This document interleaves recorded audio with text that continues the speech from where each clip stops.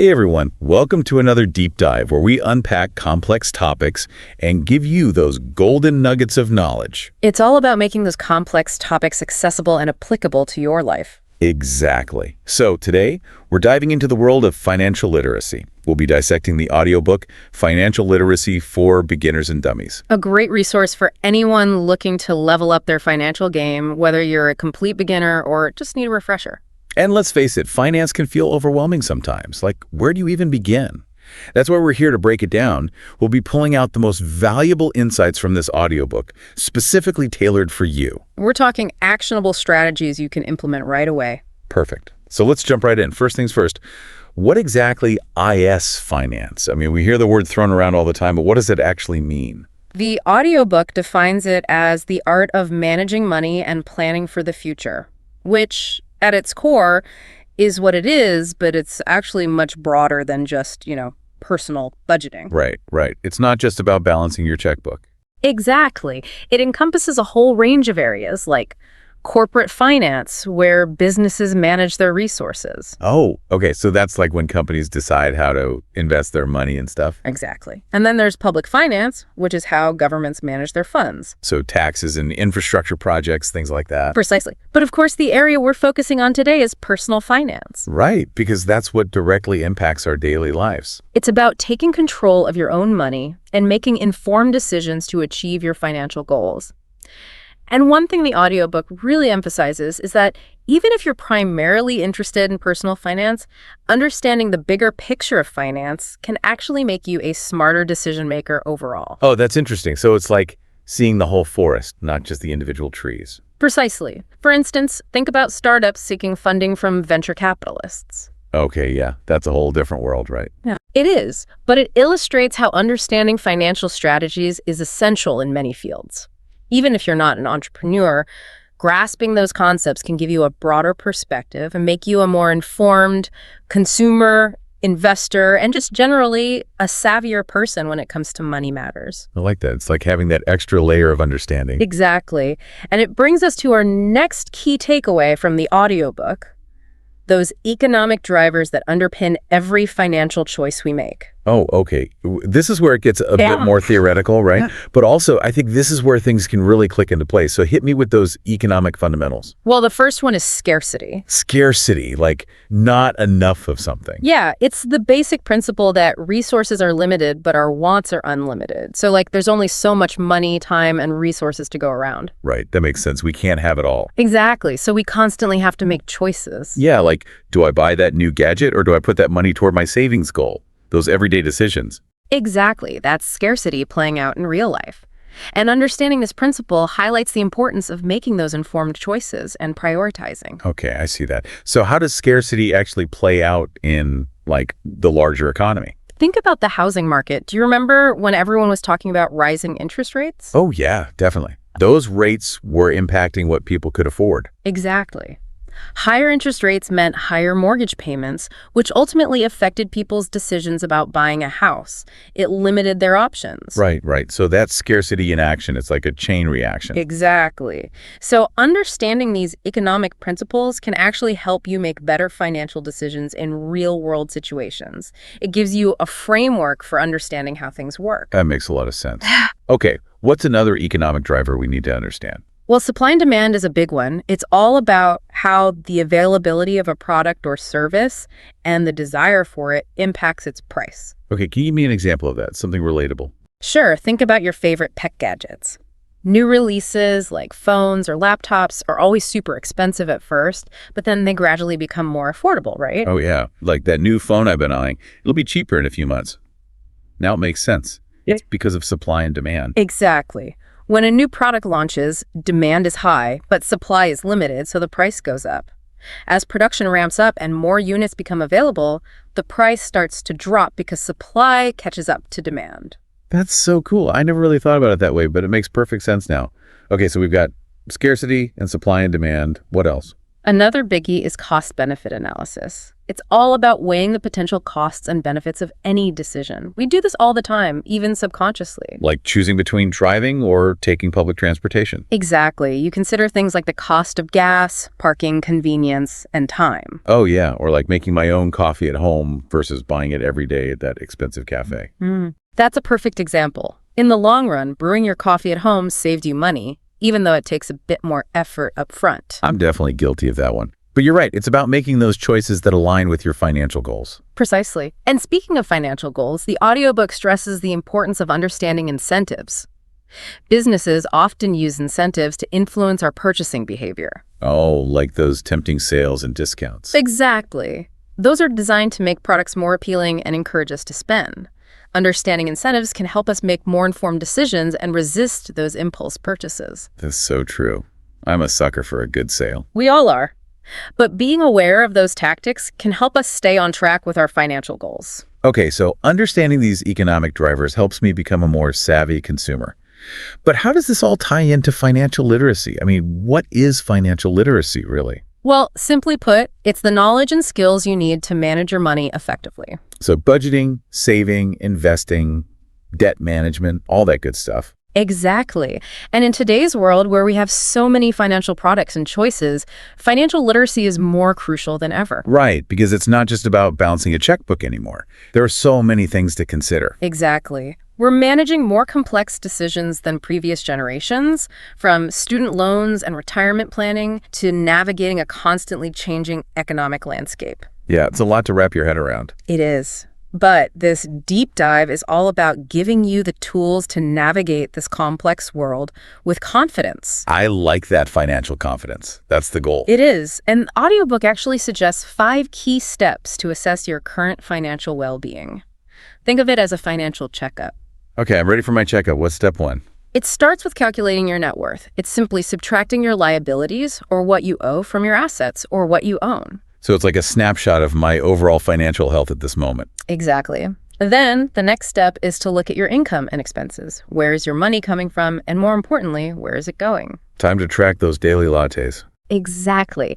The audiobook emphasizes how knowing your spending patterns is crucial for making informed decisions. Okay, step 3. The debt-to-income ratio. This measures how much of your income goes towards debt payments each month. Oh, I've heard of that. It's good to aim for a ratio of below 30%, right? Yes.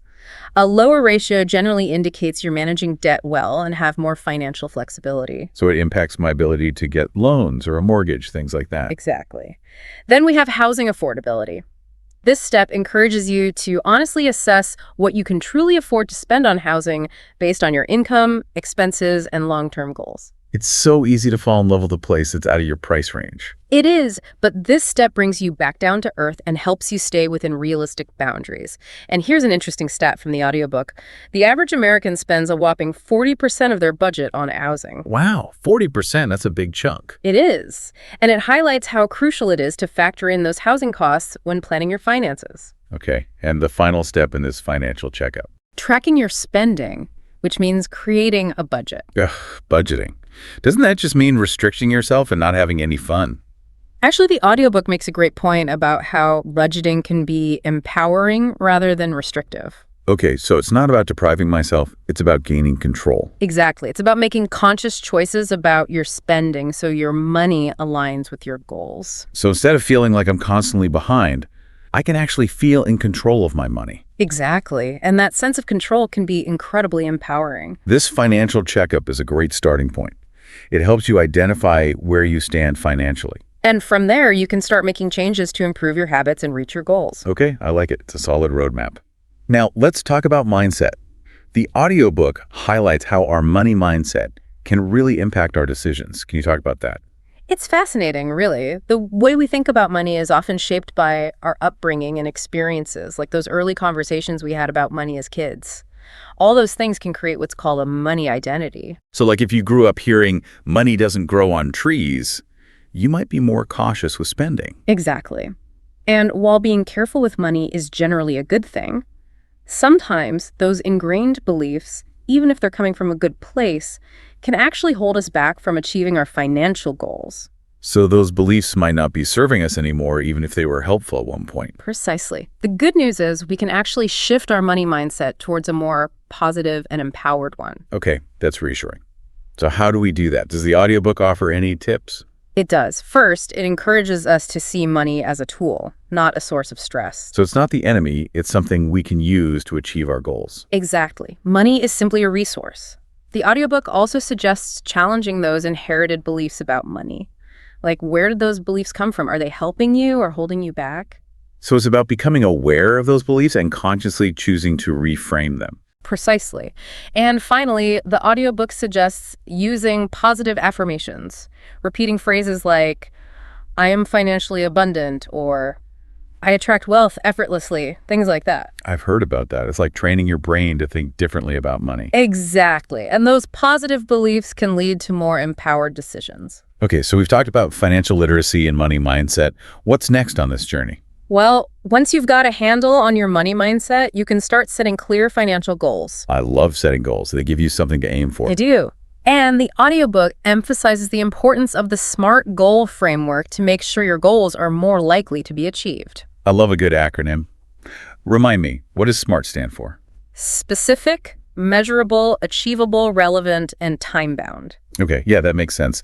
So instead of just saying I want to save more money, I would actually specify how much I want to save and by when. Exactly. And here's a little bonus tip from the audiobook. Simply writing down your goals can significantly increase your commitment to achieving them. Interesting. It's like making it official. It is. And once you have those goals, you can start building your financial plan. All right, let's talk about that. What does creating a solid financial plan actually involve? Well, the audiobook suggests a really practical approach, and it starts with, you guessed it, taking stock of your current financial situation. Okay, so back to that financial checkup we did earlier. Exactly. It forms the foundation. You need to understand your starting point before you can map out the route to your destination. That's a great analogy. Yeah. Okay, what comes next? From there, you can revisit those SMART financial goals, both short-term and long-term. Right. The short-term goals are those quick wins that keep you motivated, and the long-term goals are those big-picture dreams. Precisely. It's all about balance. I like that. So what comes after setting those goals? What's the next step in this financial plan? Well, for many people, it's tackling any existing debt. And the audiobook recommends prioritizing high-interest debt first. That makes sense. Get those out of the way first because they're costing you the most. Exactly. And, there are even some creative strategies for managing debt, like exploring side hustles to generate extra income. I love that. It's all about being resourceful and taking initiative. It is. Now, after tackling debt, it's time to create a budget one that's realistic and flexible. So not one of those super restrictive budgets that makes you feel deprived. Exactly. The audiobook even mentions the 50-30-20 rule as a potential starting point. Have you heard of that? Oh, yeah. That's the one where 50% of your income goes to needs, 30% for wants, and 20% for savings and debt repayment, right? You got it. But remember, it's a framework, not a strict rule. Adjust it to fit your own life. Okay, that makes sense. A budget should be a tool, not a punishment. Precisely. Now, can't forget about that emergency fund. Absolutely essential. Aim for at least 6 months of living expenses saved up. It's like that safety net that protects you if something unexpected happens. Exactly. It gives you peace of mind. So once we've got those essentials covered, debt, budget, emergency fund, where do we go from there? Well, that's when the exciting stuff starts. We can start looking into investments and how to grow our wealth for the long term. That's the goal. Yeah. Right. Making our money work for us. Precisely. And the audiobook makes a really important point. Starting early with investing is key. The earlier you start, the more time your money has to grow. Yeah, I've heard that compound interest can be incredibly powerful. It is. It's like a snowball rolling downhill, gaining momentum and size as it goes. Love that analogy.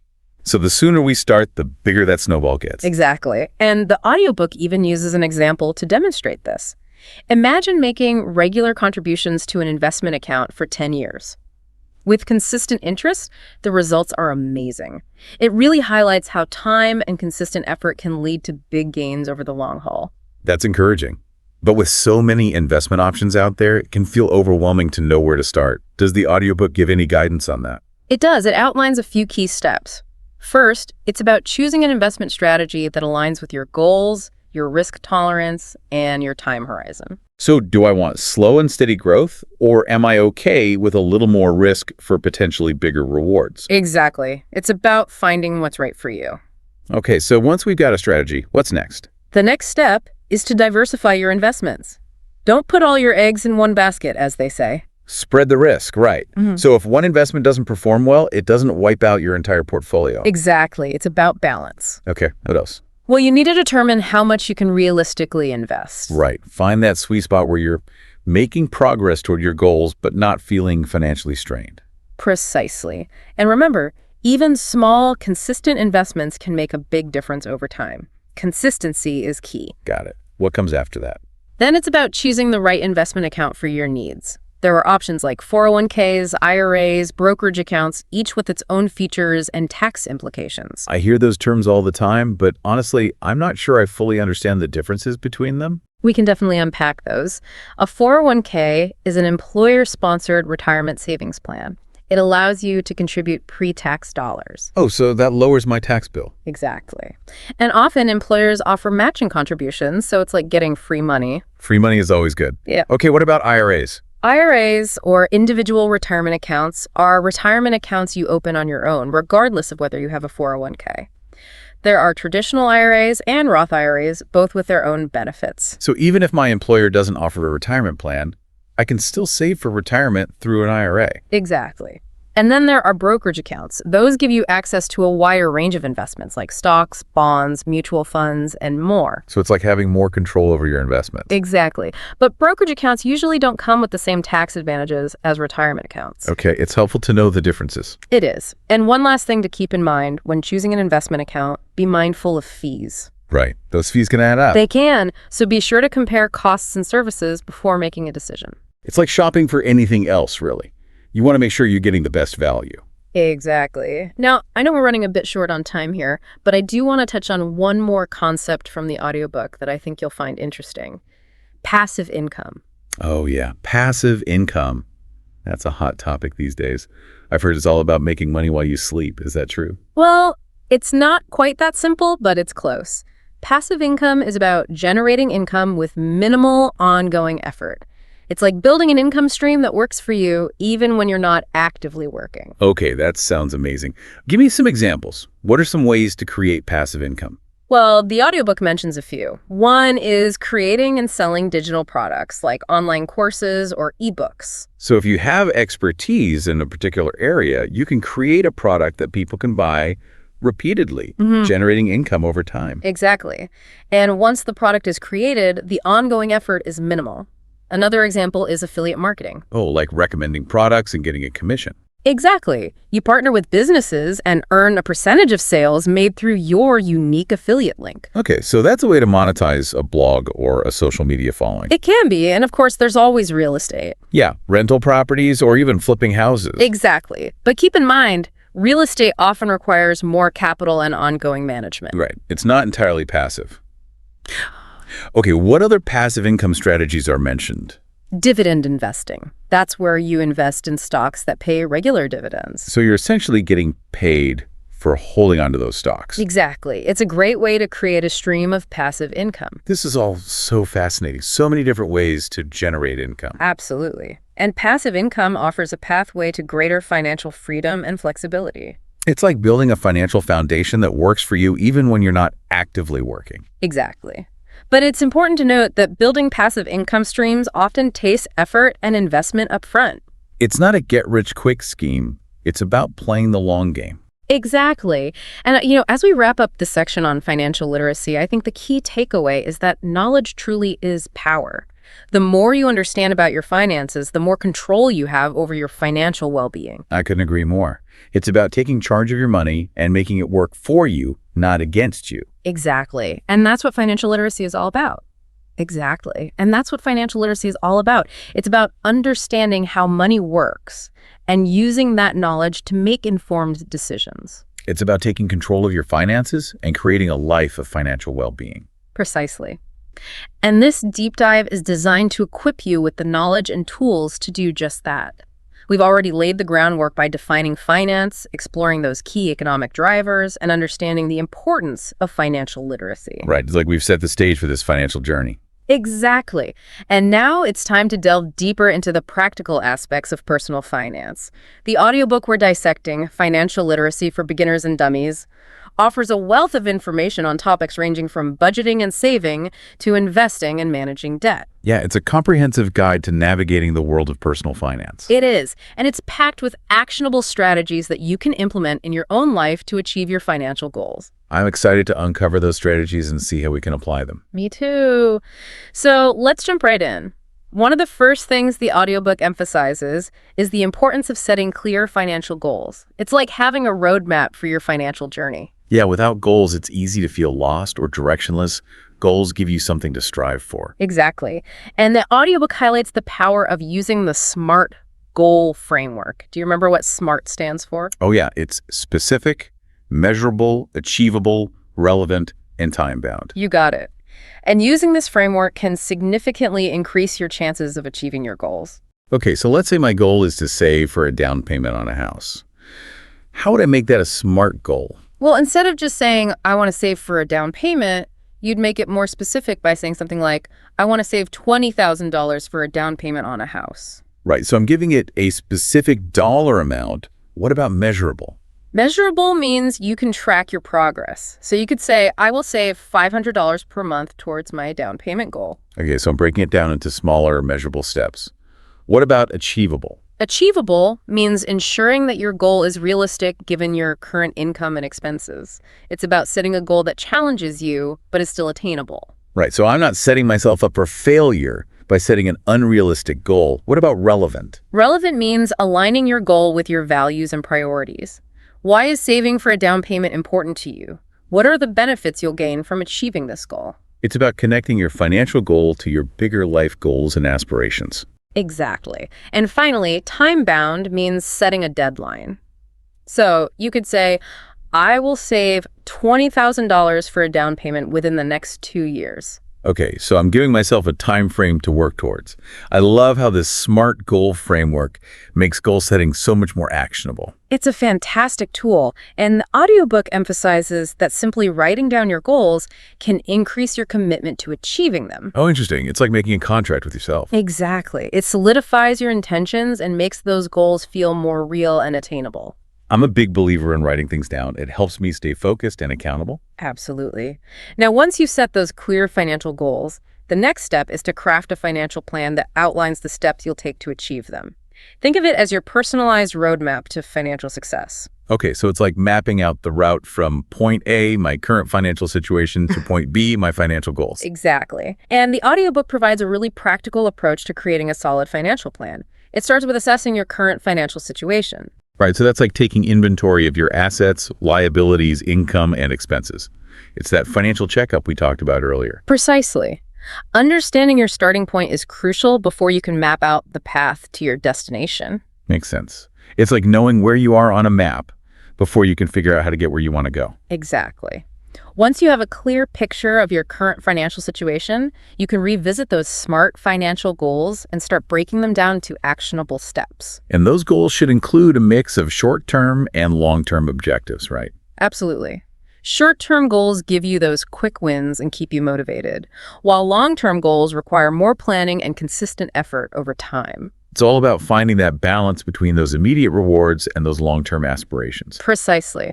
And a well-crafted financial plan will encompass both. Now, for many people, the next step in their financial plan involves tackling any existing debt. Debt can feel like a heavy burden, especially if you have high-interest debt like credit card debt. Absolutely. And that's why the audiobook recommends prioritizing high-interest debt first. It makes sense to pay off those debts faster because they're costing you the most in interest charges. Exactly. And, the audiobook even suggests exploring some creative strategies for managing debt, like finding a side hustle to generate extra income that can be dedicated to debt repayment. I love that. It's about being resourceful and taking proactive steps to improve your financial situation. Precisely. And once you've got a handle on your debt, it's time to create a budget that works for you, one that's realistic, flexible, and aligns with your financial goals. I heard so many different budgeting methods, but I'm not sure which one is right for me. Does the audiobook recommend a specific approach? It does. The audiobook mentions the 50-30-20 rule as a potential starting point. Have you heard of that one? Oh yeah, I think so. Isn't that the one where 50% of your income goes towards needs, 30% for wants, and 20% for savings and debt repayment? You got it. But remember, it's a framework, not a rigid rule. You can adjust those percentages to fit your own unique circumstances and priorities. Okay, that's good to know. Flexibility is key. A budget should be a tool that works for you, not against you. Exactly. It's about finding what works best for you and making it a sustainable part of your financial routine. And speaking of financial stability, can't forget about building that emergency fund. Absolutely essential. Aim for at least 6 months of living expenses saved up for those unexpected life events. It's like a financial safety net that protects you when those curveballs inevitably come your way. Exactly. And it gives you peace of mind knowing that you're prepared for those unforeseen circumstances. Okay, so we've covered tackling debt, creating a budget, and building an emergency fund. What comes next in our financial plan? Well, with those essential foundations in place, we can start exploring the exciting world of investing. Investing is how we make our money work for us, growing our wealth, and achieving our long-term financial goals. Investing can seem a bit intimidating, especially for beginners.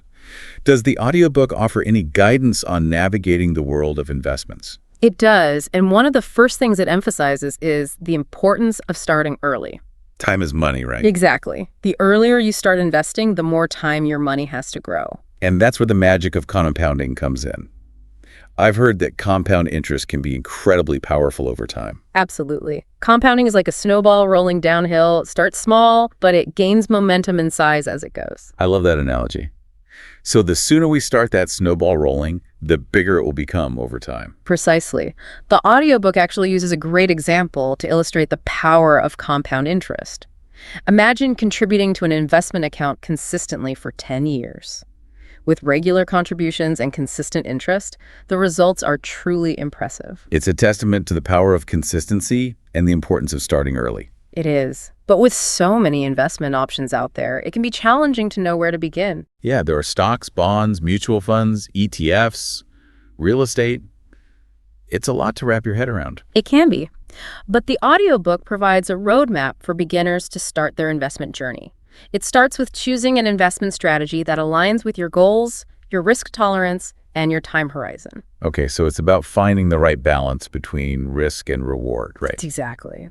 And it's important to remember that diversification is key. Right. Don't put all your eggs in one basket, as they say. Precisely. Spreading your investments across different asset classes can help mitigate risk if one particular investment doesn't perform as well as expected. So it's about building a balanced and diversified portfolio that aligns with your risk tolerance and investment goals. Exactly. And once you have a clear investment strategy and understand the importance of diversification, the next step is to determine how much you can realistically invest. Right. Finding that sweet spot where you're making progress toward your goals but not feeling financially strained. Precisely.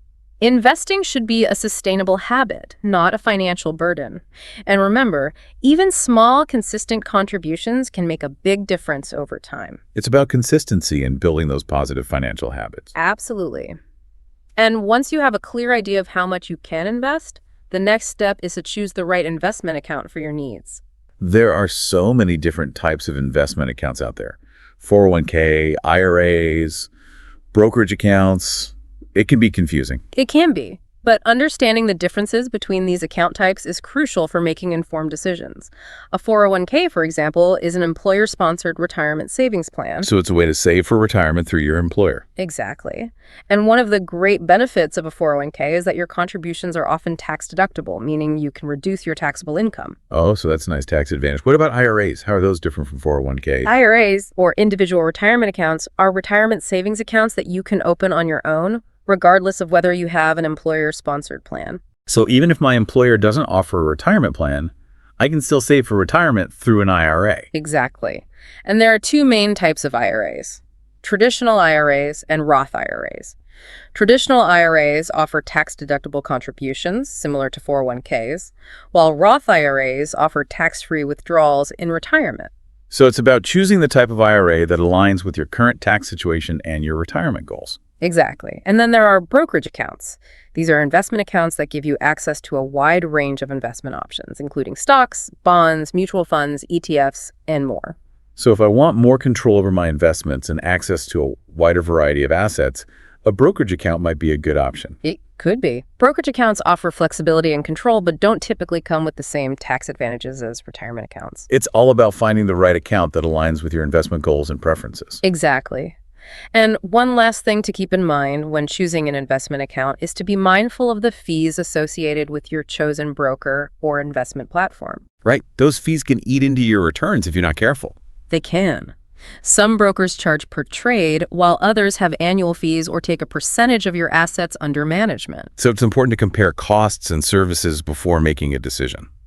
Precisely. It's like shopping for any service. You want to make sure you're getting the best value for your money. Absolutely. Now, I know we touched on this briefly earlier, but I'd love to delve a bit deeper into the world of passive income. It's such a hot topic these days. Absolutely. Passive income is all about generating income with minimal ongoing effort. It's like building an income stream that works for you even when you're not actively working. It sounds almost too good to be true. Making money while you sleep. Is that really possible? Well, it's not quite as simple as that, but it's close. Passive income requires effort and investment up front, but once those systems are in place, the ongoing effort is minimal. Okay, that makes sense. It's about putting in the work up front to create a sustainable income stream that can continue to generate income over time. Exactly.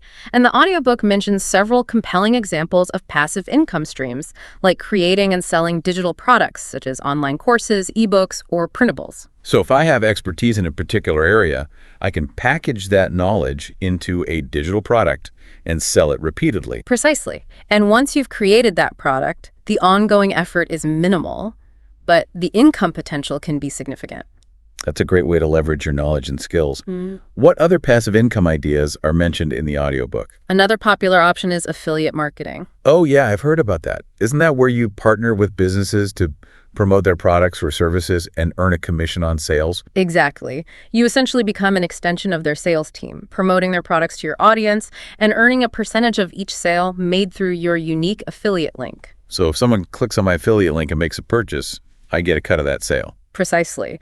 And the beauty of affiliate marketing is that it can be incorporated into various platforms, websites, blogs, social media, email lists. The possibilities are endless. It's a great way to monetize your online presence and generate passive income. Are there any other passive income avenues explored in the audiobook? Absolutely. The audiobook also mentions real estate as a potential source of passive income. Yeah, real estate has always been a popular investment option. It has, and for good reason. You could purchase rental properties for consistent cash flow or even flip houses for potential profit. But real estate often requires more capital up front and more hands-on management compared to some of those other passive income streams we've discussed, right? That's true. Real estate investing isn't entirely passive, but it can be a very lucrative way to generate income and build wealth over time. Right. It's all about finding the right balance between your investment goals and your comfort level with risk and involvement. Exactly. And speaking of investments, another passive income strategy mentioned in the audiobook is dividend investing. Oh yeah, I've heard about that. Isn't that where you invest in stocks that pay dividends? Precisely. By investing in dividend-paying stocks, you can create a stream of passive income without having to actively trade those stocks. So you essentially get paid just for holding onto those stocks. Exactly. It's a fantastic way to build long-term wealth and generate passive income along the way. This deep dive into passive income has been so insightful. It's inspiring to see all the different ways you can generate income without having to directly trade your time for money. It is. And passive income offers a pathway to greater financial freedom, flexibility, and autonomy, allowing you to design a life on your own terms. But it's important to remember that building those passive income streams often requires effort and investment upfront. Absolutely. It's not a get-rich-quick scheme. It's about playing the long game and creating sustainable income streams that can grow over time. It's about creating a financial foundation that works for you, even when you're not actively working. Exactly. Now, as we transition to the final segment of our deep dive into financial literacy, I want to emphasize that knowledge is power when it comes to personal finance. The more you understand about how money works, the more control you'll have over your financial well-being. Absolutely. Financial literacy is about empowering yourself to make informed decisions that align with your values, goals, and dreams. And this deep dive has given us a solid foundation in the essential principles of personal finance, hasn't it? It has. We've explored everything from budgeting and saving to investing and managing debt. And we even delved into the fascinating world of passive income and uncovered how our mindsets can impact our financial decisions. It's been a comprehensive journey through the world of personal finance. I feel so much more confident about my finances now. That's fantastic. And remember, financial literacy is a journey, not a destination. It's an ongoing process of learning, adapting, and making empowered choices. So keep learning, keep growing, and keep making those money moves with confidence. Now, as we wrap up this deep dive, is there anything else from the audiobook that you'd like to highlight? Yeah, actually, remember that thought-provoking question we touched on earlier? The one about taking action and applying what we've learned? I'd love to circle back to that. Great idea. It's a powerful reminder that financial literacy isn't just about acquiring knowledge, it's about putting that knowledge into practice. Exactly. So let's ask ourselves again, what one small step can we take today to improve our financial well-being? It could be something as simple as checking your bank balance, setting up a budget tracker, or making an extra payment on a debt. Even those small steps, taken consistently, can lead to significant progress over time. Absolutely. It's about building those positive financial habits and making those small, consistent choices that can create a brighter financial future. And for those who are feeling overwhelmed or unsure where to start, remember, you're not alone. There are countless resources available to guide you. Don't hesitate to seek out those resources. Financial advisors, online communities, educational platforms, there's a wealth of support out there. Absolutely. Financial literacy is a journey, and it's a journey we can take together, supporting and empowering each other along the way. Well said. Now, before we wrap up, I want to mention one more important aspect of financial literacy that's often overlooked: insurance. Oh, insurance. That's right. It's essential for protecting ourselves from those unexpected life events that can throw a wrench in our financial plans. Exactly. And the audiobook does a great job of breaking down insurance into simple terms and highlighting its benefits. It's about creating a safety net that protects us from those potentially devastating financial blows that life can throw our way. Precisely. And the audiobook even shares a story about someone struggling financially due to unexpected medical expenses. A powerful reminder that insurance can make a huge difference in those situations. It's a reminder that we need to be proactive in understanding our insurance options and making informed choices that protect our financial well-being. So, can we dive into some of the different types of insurance that everyone should know about? The audiobook mentions health insurance, life insurance, homeowners renters insurance, disability insurance, auto insurance, long-term care insurance, and even business insurance. Absolutely. Let's break those down one by one, starting with health insurance. Okay, health insurance, it's essential for protecting ourselves from those potentially high costs of medical care. Exactly. It helps cover those medical expenses, everything from routine checkups to those unexpected emergencies. Right, because no one wants to face a mountain of medical debt due to an unforeseen illness or injury. Absolutely. And that's where health insurance comes in, offering financial protection in the face of those rising healthcare costs.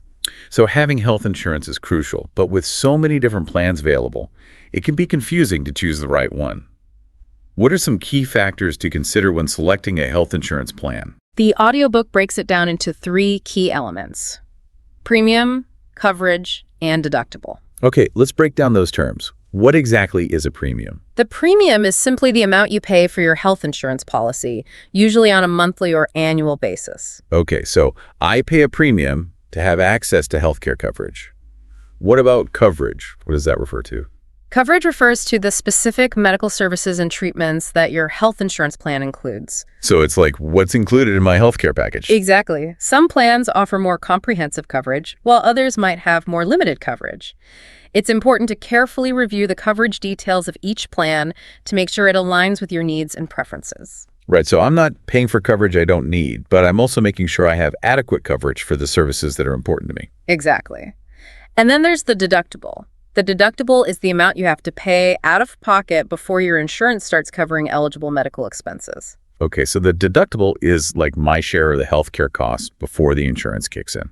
Exactly. And typically, plans with higher premiums tend to have lower deductibles, meaning you'll pay less out of pocket before your coverage starts. And vice versa, plans with lower premiums often have higher deductibles. So it's a trade-off between the premium and the deductible. Exactly. And the audiobook encourages you to find the right balance for your budget and your healthcare needs. That makes sense. It's about weighing those costs and benefits and choosing a plan that aligns with your individual circumstances. Precisely. Now, let's move on to another essential type of insurance, life insurance. Life insurance can be a tough topic to think about, but it's so important for protecting our loved ones in case something happens to us. Absolutely. Life insurance provides a financial safety net for your beneficiaries if you pass away. It ensures that they can maintain their lifestyle, cover expenses, and achieve their goals, even if you're no longer there to provide for them. Exactly. Life insurance offers peace of mind, knowing that your loved ones will be financially secure no matter what the future holds. So, what are the different types of life insurance available? The audiobook focuses on two main types: term life insurance and permanent life insurance. Okay, what's the difference between those two? Term life insurance provides coverage for a specific period, usually 10, 20, or 30 years. So it's like renting coverage for a set amount of time. Exactly. If you pass away during the term of the policy, your beneficiaries receive a death benefit.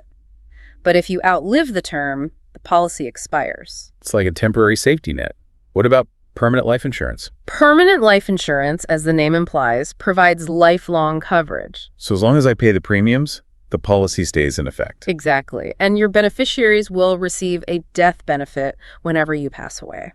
What are the main differences between those two in terms of costs and benefits? Term life insurance is generally more affordable, especially for younger people. It's a straightforward way to secure a death benefit for a specific period. Permanent life insurance is more expensive, but offers additional features, like a cash value component that can grow over time. So it sounds like choosing the right type of life insurance depends on your individual needs and financial goals. Exactly. It's always a good idea to consult with a financial advisor to figure out what's best for you.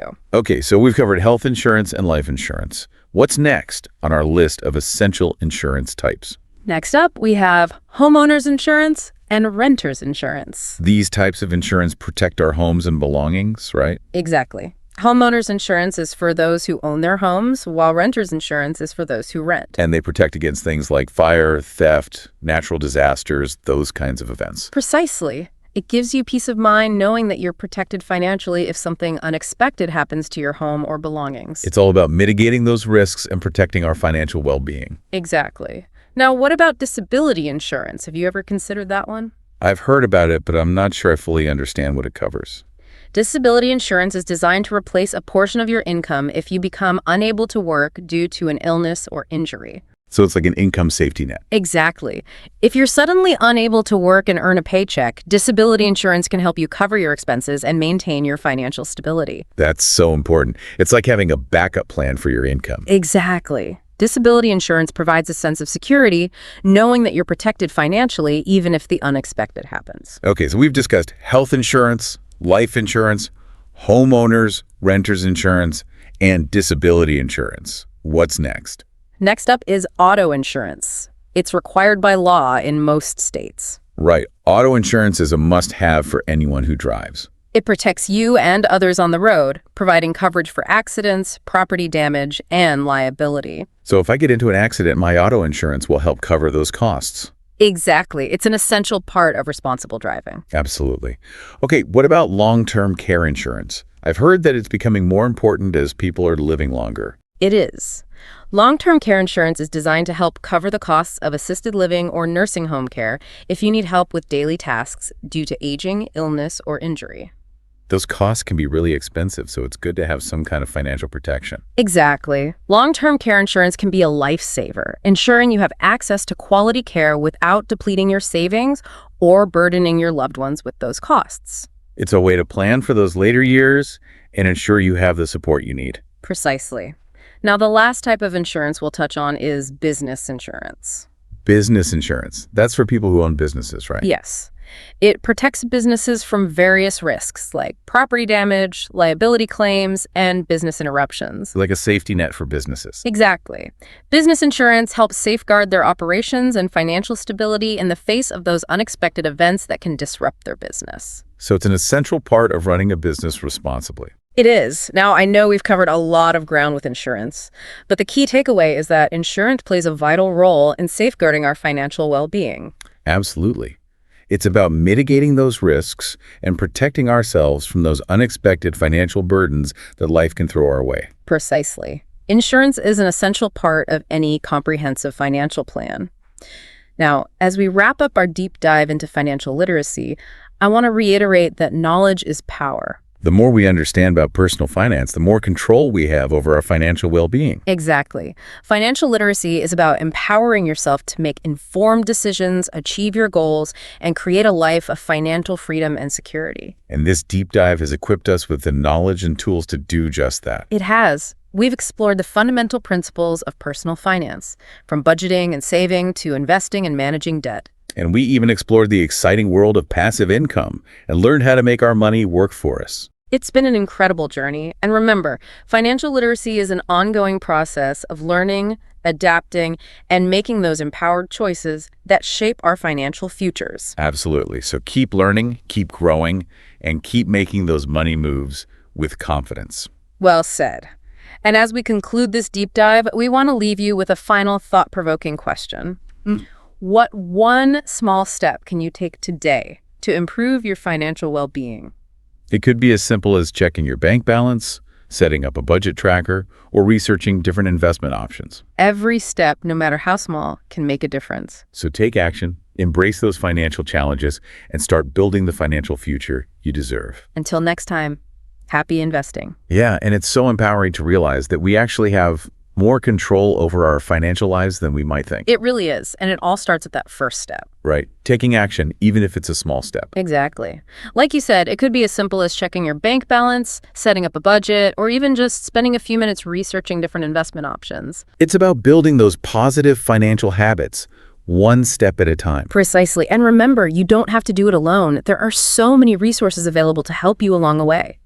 Yeah, there are financial advisors, online communities, books, podcasts, so much information out there. It's all about finding what works for you. This deep dive has been so insightful. I feel like I've learned so much about personal finance and gained valuable tools to take control of my money. That's wonderful to hear. And remember, it's a journey, not a destination. Exactly. Financial literacy is something we continue to learn and grow with over time. Well said. So keep learning, keep exploring, and keep making those empowered choices that shape your financial future. And thanks for joining us on this deep dive. We'll see you next time for another exploration of a topic that matters to you.